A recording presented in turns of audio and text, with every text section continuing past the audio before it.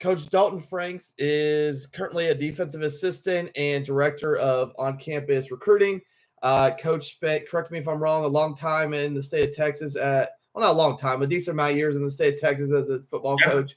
Coach is going to kind of talk some 4-3 and 2 high variations and all that lovely jazz tonight. Coach was nice enough to come on. Coach is currently at Missouri State University, and the floor is yours, Coach. Yeah, I appreciate it. I really appreciate you for the opportunity to talk a little defense. So like Coach said, my name's Dalton Franks. A little bit about my journey. I've really been to 3 big coaching stops. So I'm from Texas. I went to Louisville High School. You actually had Chris Hall on earlier this afternoon. He was my defensive backs coach when I was playing at Louisville High. So he and I go way back. He's a great dude. But I played at Louisville.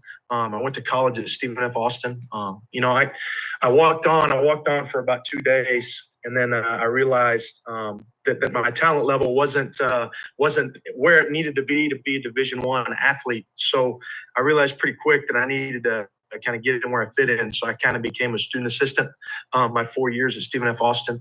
But I graduated in 2018. I went to Texas High School, worked for Jerry Stanford, one of the best high school coaches in the state of Texas. Coached inside linebackers for him and special teams from 2018 to 2020, 2021. Then I wanted to get back into the college game where I left Texas High and I went to the state of Missouri to Missouri Western, where I started off as the assistant D-line coach. Then I made it to safeties. Then I transitioned into outside linebackers and became the special teams coordinator in my last season. And then I transitioned here to Missouri State, where I took a defensive assistant role, primarily working with the Sam backers. So in our 4-3 defense, we call him the Sam.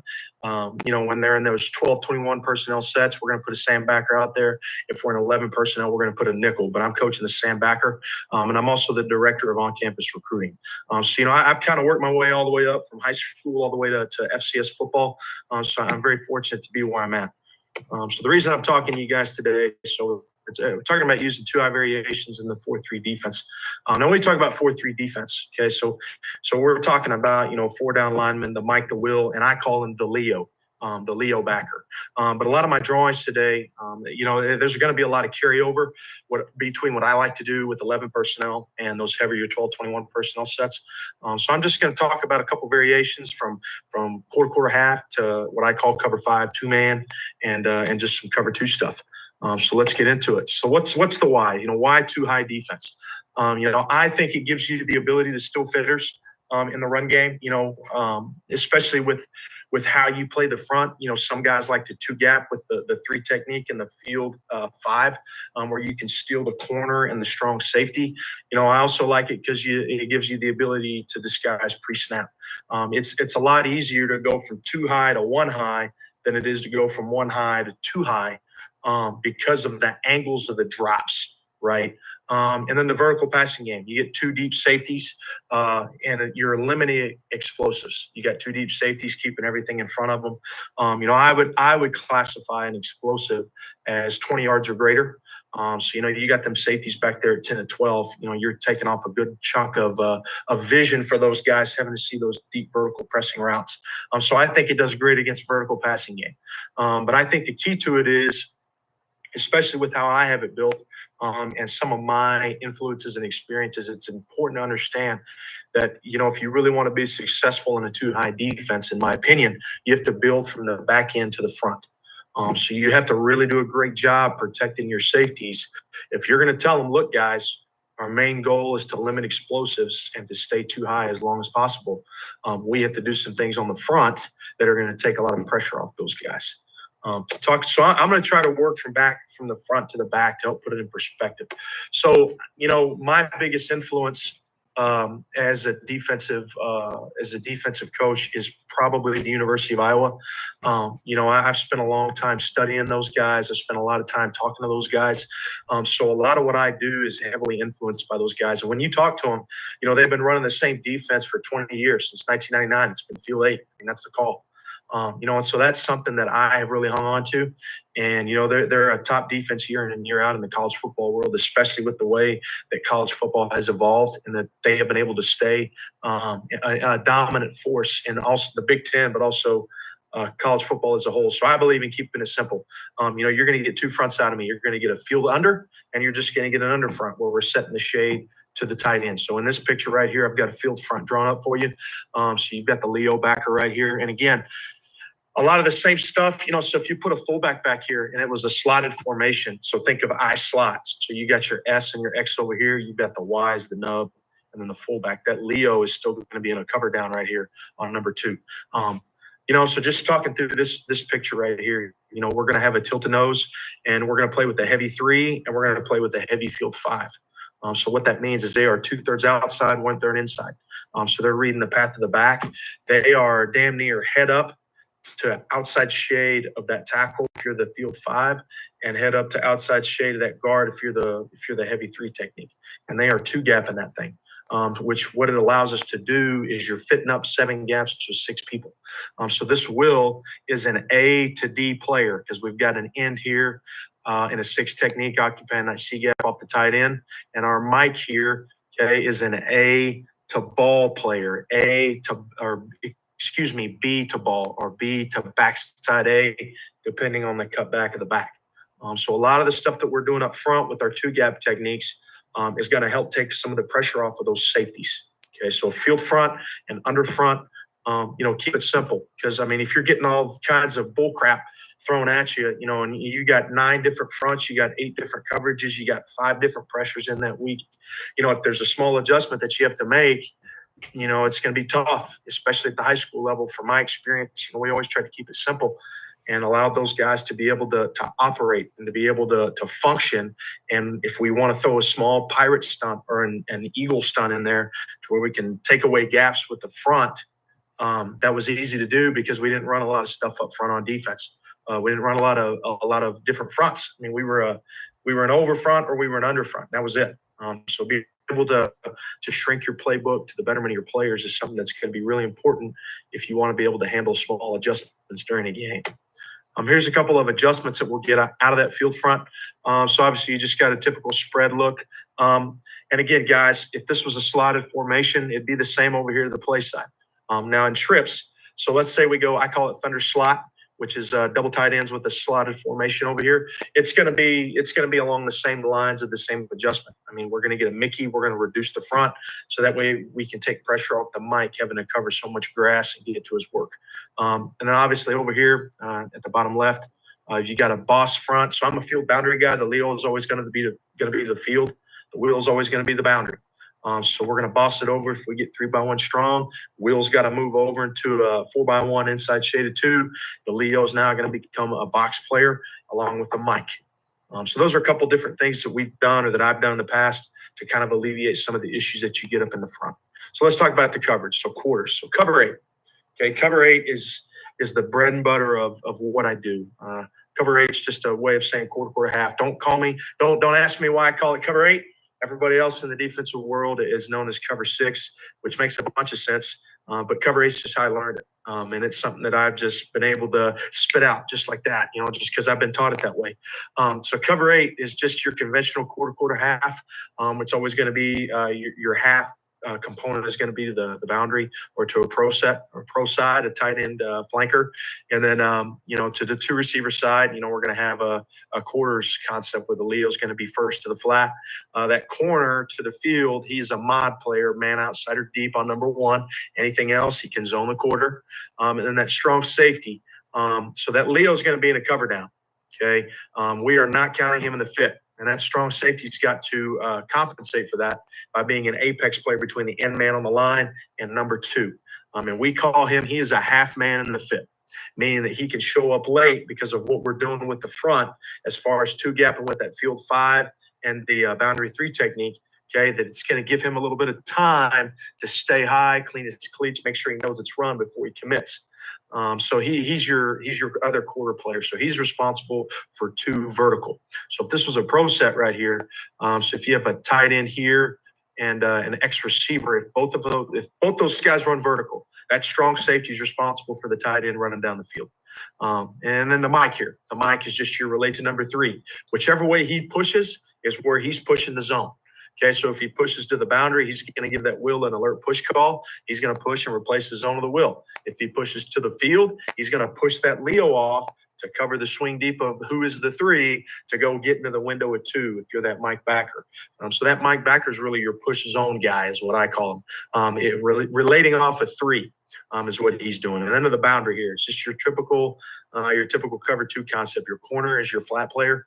He's playing a sink technique. And what I mean by that is if there is no threat to the flat, okay? So if in this picture, picture the back being on the other side, okay?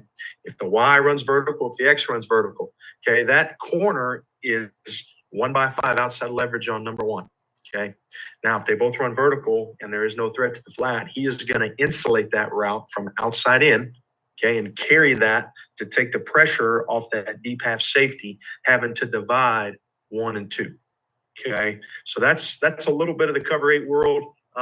Whenever we get into cover 2, okay, we're going to talk more about this technique right here between the will, the free safety, and the corner.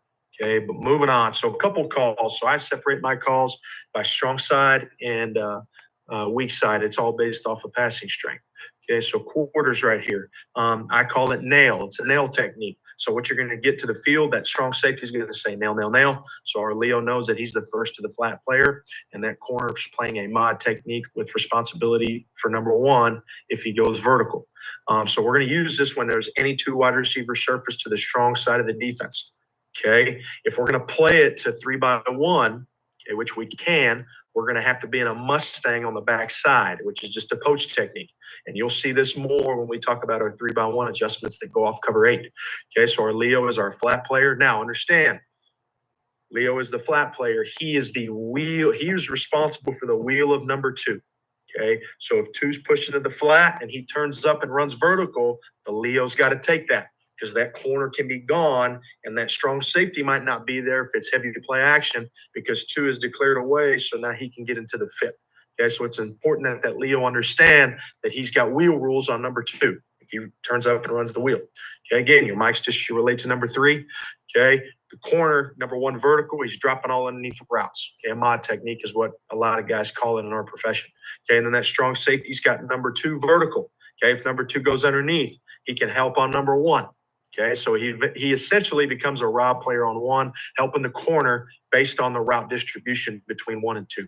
Okay, and we're going to be in a backer support here, which just means that the Leo is the run support player. He's the force player in the defense if they run the ball to them. Okay, a couple weak side calls. Okay, so there's really 2 main ones that you're going to get. Okay, and these 2 apply. So cover 2 will apply. Our corner is what I call it. So corner will apply in any kind of set that's in 2-by-1 with 2 backs. So say it's a pro formation, we're going to get a corner call on the backside of that. Okay, between the X receiver and the H. Okay, and then this picture we have it between the Y and the X because it's a pro surface. Okay, now in 2-by-2, okay, which is talking about this picture here. If we're going to play corner, it's got to be a tight end flanker to that side to make a corner call. Okay, and all we're saying is that the wheel is a hook dropper. He's hook curl. Okay, free safety's deep half. Okay, and that corner player is just your flat player, leveraging everything from deep to short. If there is no flat threat, okay, he's going to insulate that route of number 1 to help take pressure off the free. Okay, and another component that we can play is if you get 2 wide receivers weak, okay, we can play a 2-read concept. I call it Kathy. Okay, you can play Kathy into the boundary. So in this picture, okay, it's a spread FSL. Okay, let's say it's slot FSL, I slot FSL. Okay, we can get a Kathy call over here. Okay, which all Kathy is, fellas, is it's just palms. Okay, that corner's playing a read flat. He's responsible for 2 to the flat. Okay, that free safety's playing a read half. He's responsible for number 2 vertical. And then that Will backer, he's just matching the route of number 2. If number 2 comes inside, he's got to take that back. Okay, if 2 goes out, I can get to the curl of 1. Okay, so we're just playing palms over here to the boundary. Okay, now we do have the option if we really want to. We don't do it very often. We can make a Cindy call here. All right, and we can play nail into the boundary, okay, to the weak side of the passing string. Okay, call that Cindy. All right, so all of my weak side calls are female names. Okay, all the strong side calls are your nails, and all those other different components that we're fixing to talk about right now. Okay, so let's talk about 3-by-1. There's really 2 things that we're going to do, and really only 2 things. Again, really emphasize keeping it simple. Okay.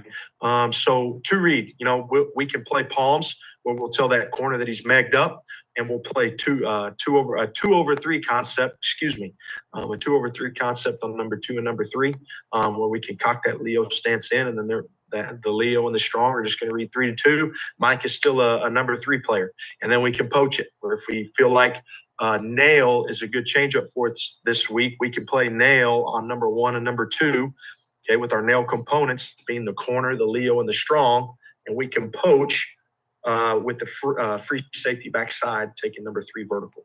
Okay, and then the mic can also help insulate on that because he is still a number 3 player. So those are really the 2 change-ups. And then another one I've got down here at the bottom, pony. So if we can go 8 pony. So if we get an I king set, okay, I pro king, all right, that's a fullback offset to the tight end. Okay, we have the option to go pony with that. And all pony is, okay, nothing's really changing for anybody. Okay, it's a lot like poach, okay, where that free safety can now poach the fullback. Okay, so if that fullback rocks back, he can trigger heavier on the run right there. Okay, and all we're doing with that is with the pony adjustment is if we're really getting our ass ripped in the run game and we want to get that free safety more aggressive in the fit and really 7-man fit that thing, we can get him to poach that fullback for rockbacks. Okay, and for any fullback pipe coming up the pipe, the mic doesn't see it. You've got insurance with the free safety poaching that thing vertical. So that's another changeup that we've used or that I've used to our I King stuff. Getting into cover 2. Okay, now cover 2 is another great 2 high coverage. I'll probably use this a lot in third down, third and medium, third and long situations, especially where I feel like we've got overhangs that can run vertical with guys. So there's a couple different components that go with this, especially for your underneath defenders. Okay, so if you look at the Will and the Leo here in this pro set, okay, so they're either going to be the 2 vertical hook player or they're going to be a hook curl. Okay, and what I mean by 2 vertical hook, if 2 goes vertical, I've got to carry that thing. I've got to get the trail man technique, okay, and I've got to make sure that quarterback's got to put more air up underneath that ball to complete that pass, okay, and it's also helping your safeties out, okay, to have an underneath defender there because that pocket gets a lot tighter to fit that ball in there if you're playing a trail man technique out of your cover 2 stuff, okay. Now, when do they play 2 vertical hook and when do they play a hook curl? Okay, well, what I've told guys in the past, okay, is if my number 3 is, if 3 is to me, okay, I'm a hook curl player. Okay, and here's why. Because we've got a Mike backer, okay, matching and carrying number 3. Okay, and just like in our quarter stuff, if 3 pushes, the Mike's got to push with it. So we're pushing the zone. Okay, so that's why these overhangs, if 3 is to you, you can be a hook curl player. It's going to be more zone emphasis. Okay, but if 3's away, you got no help inside. If 2 goes vertical, you got to go with it. Okay, if 2 goes vertical and in, you got to go with it. Okay, as a vertical hook player. If 2 goes out, I can get to the curl of 1. Okay, so it's important to understand in the cover 2 world, is 3 to me or is he away from me? Okay, so cover 2, it's a split field zone defense. Using cover 2 principles strong and weak, and it's all based off of formation, what we do. And it also allows us to play split field 2 high coverage. So I think it's a great third down coverage. A couple different ways that we can use it. Okay. So here's 2 pictures for you out of some 12 personnel. This is if they get into some funky personnel formations, out of 12. So this is both of these are 11 personnel formations out of 12. So this one on the left, you can check Cyclone if you want. If you don't want to play cover 2 to everything, country cover 2, that's fine. Okay, there's something within the defense. If we go 2 Cyclone, okay, we can play. It's essentially a 2 poach.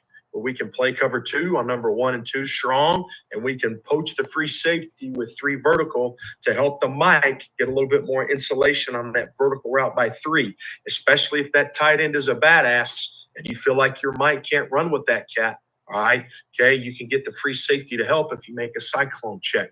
Okay, and then the other one, all right, we talked about this one earlier. Okay, so if you get spread, okay, this is an under defense. Okay, so when under, the Leo travels to the run strength. Okay, so if we go under 2 here, okay, and we get the Will out into the field, all right, okay, we can make a Kathy check, okay, which again, Kathy is palms, which is a form of cover 2, okay, still staying too high, okay, but having carryover, all right, with some of the stuff that we were doing in the cover 8 world now incorporating it into our cover 2 world. Okay. So again, the biggest component of this is you're going to have to know, okay, in 2x2, is 3 to me or is he away? Because as an underneath guy, if I'm the leader of the wheel, it's going to tell me if I'm 2 vertical hook or if I'm the hook curl player, and I'm going to get a push from the mic, okay, who's looking to match and carry his new 3. All right, so that's cover 2. And the last one, cover 5. Okay, all cover 5 is, guys, is just 2 man. Okay, don't ask me why I call it cover 5. That's just how I learned it from guys that I've spoken to and that I've learned from. So if you just went, let's go field 5. Okay, field 5 in this picture. So the Leo's to the field, Will's going to be into the boundary here. If you just go 5, all right, that tells everybody, all the underneath defenders are playing a dog technique. All right, dog technique is inside leverage, catch man. Okay, now you can game plan it based on the body, based on who you've got out there. All right, like if that Leo's great at scooch, shit, play him at scooch. Okay, but everybody's base technique is inside leverage, catch technique. Okay, at their appropriate depth. Everybody's going to be at 5 yards. Okay, now understand with the different routes, we can put that corner, especially over here to the boundary in this picture, we can put him at different levels with that wheel so we don't get rub routes. Okay, now if you go, let's go field 5 calls. Okay, if you go calls, that's going to give our safeties the option to double different receivers. Okay, so down here at the bottom where it has safety calls. All right, if you want to double number 1, okay, you're going to make a combo. If you want to double number 2, you got to tell the underneath defender what side of leverage you want them on. Okay, bunnies live inside of holes. Okay, so if that free safety in this picture, if that free safety tells that wheel, hey, we're going to bunny this right here. All right, okay, that's telling the wheel I got to get inside leverage on this cat because I've got outside leverage help by that free safety. Okay, and if we go rabbit, okay, that's going to tell the wheel that he's got to get outside leverage. Okay, and then for number 3 receivers, if they come out in a 3x1 set, all right, you can make a yin-yin, which tells that underneath guy to be inside leverage, or a yo-yo tells that underneath defender to be outside leverage. Okay, so there's different tools in the toolbox to help guys. Some guys might want to play dog. That free safety might want to play dog based on what routes they're getting for that week. So there's a couple of different tools that we give guys in cover 5. So that fellas, I know it went kind of quick, but that's kind of my spiel. That's kind of my spiel on 2 high, and a couple of final thoughts for you. I learned this a long time ago. For if you're getting your ass ripped on defense, it doesn't matter if it's run or pass. There's a couple different things. There's a checklist, right, of things that you need to do before you start throwing the kitchen sink at people. One, because it'll do good for your kids. Okay, especially if you're a simple scheme, you can make simple adjustments. Okay, but like I said earlier, if you're running like 8 or 9 different fronts and all this other crap, okay, it's going to be really hard to get guys to lock in to be able to execute simple, small adjustments out of one thing. And you're going to have guys all over the place, out of position, and not knowing what the hell's going on. Okay, but here's a couple different things. The first thing that I would do, if I'm addressing issues during the game, if I'm getting my ass ripped in the run or anything in general, okay, the first thing I'm going to do, okay, is move the front. Okay, you can move one guy, you can move the nose, you can move the tackle, you can move 2, you can go an angle and move the tackle and the nose, or you can slant them all. Okay, move the front first. Okay, before you start doing anything crazy, move the front. Okay, especially in my perspective, I want to stay 2 high as long as possible. Okay, so the first thing I'm going to do to address my issues is move the front. Okay, if that doesn't work, the second thing I'm going to do is I'm going to bring a safety down into the box. I'm going to make a 7. If it's an 11 personnel, I'm going to make it a 7-man fit. If it's a 12 or 21 personnel, I'm going to make it an 8-man fit, an 8-man front. Okay, and I'm always base defense, always going to bring the boundary safety down. Now, if I'm running like some 3 buzz stuff, I'm not a big guy that likes to rotate weak. I'm the guy that I like to play 3 buzz. I like to rotate strong. I like to push the zone weak for the underneath guys and bring that strong safety down into the strong hook, because I think you're stronger against the run, bringing the strong safety down as opposed to the free, because your free safety, it's a little bit lighter of a body. But the second thing is bring a safety down. Get another guy involved in the run fit. Okay, get another guy involved in the run fit. Now, I'm going to do it, and I'm going to play Sky on the backside where I can tell that safety he's essentially curl flat. It's an inverted half, still playing two high principles, and then to the field, still going to play nail. So I'm going to still try to incorporate two high as much as I can, even if I bring that safety down. The third thing is you got to pressure. I like cross dog patterns. I like cross patterns on centers and guards. I also like just a traditional field NCAA, bringing the Leo and the Mike, and then letting them read out based on the run scheme that they're getting. And then the fourth thing, guys, if moving the front didn't help, okay, you're still getting ripped. You're making 7-8 man fronts. You're still getting your ass ripped. And then if you're pressuring and they're still creasing you, you just kind of hang on for the ride. Find things that are going to fit. Try to just fill the holes. Try to keep the ship from sinking. But again, guys, this checklist was designed by people that do things very simple, and they don't really do a lot. So they can afford to dig deep into their bag and pull out some simple scheme fixes that guys are going to try to use to get the job done or to win the game, or get them out of the game. If they're really struggling. I got caught. When I was at TI, we got caught sometimes with our pants down. Our kids were not ready. And so we had to manufacture things. We had to call simple stuff to try to get them out of the game and try to move on to the next week. That's a very important checklist to have, is know what you're going to do when shit starts hitting the fan. This is my contact information. I've got my email and my Twitter attached. Coach, thank you again for your time. I really appreciate you for having me. Sorry if I feel like I went a little fast. But if anybody would like to talk, hit me up on Twitter, and if there's any questions, fire away. No, Coach, perfect. I mean, literally, and I know 20, 25 minutes is that weird time where it's like you feel like you're rushed, but at the same time. Yeah, no doubt. I mean, you're flying, but it was fun. But also it prevents you from having to be able to BS around, which is what I found. And I've discovered, like, it makes coaches talk and go. And let me tell you something. There is nothing worse than a coach who gets up and talks 15 minutes about culture and then 10 minutes about scheme. Because everybody knows they came to hear the scheme talk. Yeah. You know what I mean? Yeah. Or they spend 15 minutes doing their background. And that's what my buddy Coach Roberts had a good point this morning. He put up his background. It says, "Here it is. Nobody cares." Just give three, a minute or two. Okay, here's your background, so we kind of understand, and then go. You did a good job of that too. You gave me literally 60 sections of your background, and then you moved on. And so now my only question before we get to our next speaker is, obviously high school is a lot more dictated on personnel. Yeah. And so what is your recommendation for people who really like the 4-3, but maybe don't have the depth at, say, a D line? Or how much do you honestly think you could use maybe hybrid-ish personnel? That's actually a really good question. Obviously at the college level, it's a lot easier to get what you want because you're recruiting those cats. I think at the high school level, the chef's kiss, in my opinion, and you can ask the guys at TI when we were putting our defense together. The chef's kiss to me at the high school level is 3-4 personnel. Okay, out of your but making 4-down fits out of it, if that makes sense. Mm-hmm.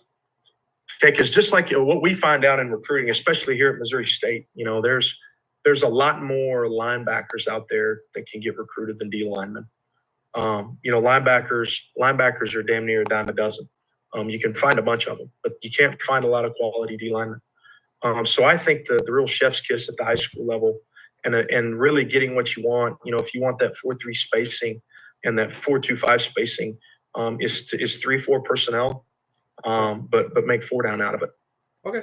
No, that makes sense. So, well, Coach, I appreciate you coming on. I really do. It was really good. I'm sitting here listening, okay, this is my wheelhouse as my defensive background and just going. And I'm like, okay, I feel comfortable. It feels good. It's simple. And I love that you brought up some of the Iowa stuff because Iowa's defensive staff. Yeah. I'm telling you, it's the best defense in college football. When it's run well, and you know how to coach it, and you get kids that fit it, it's a problem. And I think Iowa's shown that, and Dunning, man, since 1999. I mean, it has not changed. It is now they've added a couple. Now, the real test is going to be to see how they adjust when your USC's and your UCLA's come into town. Yeah. That'll be the test. But you watch them in the bowl game. They added a wrinkle against Tennessee. They called it knuckles, where I don't know if you're familiar with Saban, but his 7 mix is essentially what it is. Okay. And they played 7 mix against Tennessee when they got into their 3x1 Y off with the back set 2 for the RPO. And they told that Leo, get your ass in the fit. We'll tell the safety to handle the routes of 2 so we can get an extra half man in the fit. But that's small things that they add, but it's really good stuff. Okay. Well, I appreciate you, Coach. I'll go ahead and start introducing our next speaker. But again, thank you. And if you ever need anything, let me know, and then I'll be in touch. Thanks for your time, Coach.